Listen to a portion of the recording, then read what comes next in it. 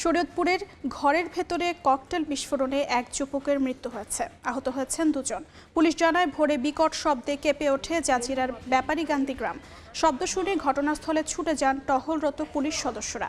এ সময় একটি টিনের ঘর বিধ্বস্ত অবস্থায় দেখতে পান। এ ঘটনায় সোহান ব্যাপারী নামে একজনের মৃত্যু হয়েছে। আহত দুইজনকে স্থানীয় হাসপাতালে ভর্তি করা হয়েছে। ঘরের ভেতরে ককটেল তৈরি কিংবা এই বিস্ফোরক মজুদ ছিল কিনা তা খতিয়ে দেখছে পুলিশ। এই ঘরের মধ্যে কি কারণে তারা এটা বিস্ফোরিত হয়েছে, তারা কি ককটেল বানানোর চেষ্টা করেছিল বা ওখানে এটা সংরক্ষিত ছিল, এটা এখন আমরা শিওর করতে পারছি না। আমরা এটা তদন্ত করে দেখছি। এই মুহূর্তে শরীয়তপুরের জাজিরায় আছেন সহকর্মী BM ইসরাফিল, সরাসরি যাচ্ছি তার কাছে।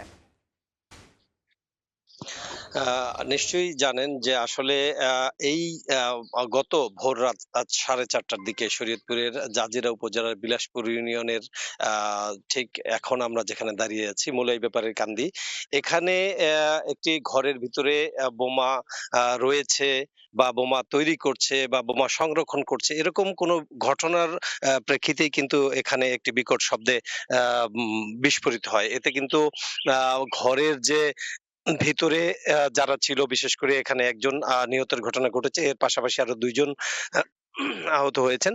তো এই বিষয়গুলো আসলে আমরা দেখেছি যে সকাল থেকেই এখানে আ একেবারে ভোর রাত থেকেই এখানে পুলিশ প্রশাসনের লোকজন তারা কিন্তু এখানে এসেছেন এবং তারা এখানে প্রত্যেকটি জায়গা খতিয়ে দেখার চেষ্টা করছেন। কেন, কি জন্য, কারা এটা করতে পারে এবং এখানে নিশ্চয়ই তারাও জানেন, প্রশাসনও জানেন, সাধারণ মানুষও জানেন যে এখানে ২ টি পক্ষের আধিপত্য রয়েছে। সেই আধিপত্যর ঘটনাকে কেন্দ্র করে এই ঘটনা ঘটতে পারে। তবে আমরা দেখেছি যে এই গত ৪ তারিখে এই এলাকায় কিন্তু বোমা বিস্ফোরণ নিয়ে ২ পক্ষের মধ্যে কিন্তু সংঘর্ষ হয়েছিল।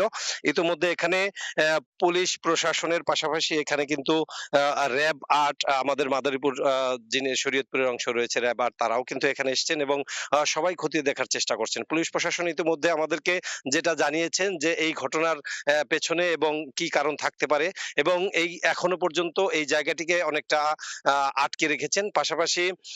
পাশাপাশি তারা কিন্তু এই এলাকায় রয়েছেন এবং এলাকাটাও থমথম পরিবেশে বিরাজ করছে এবং আগামীতে কারাই ঘটনা ঘটাতে পারে তাদের আইনের আওতায় এনে বিচারের ব্যবস্থা করা হবে বলে জানিয়েছেন পুলিশ। এই ছিল শরীয়তপুরের জাজিরা থেকে সর্বশেষ খবর।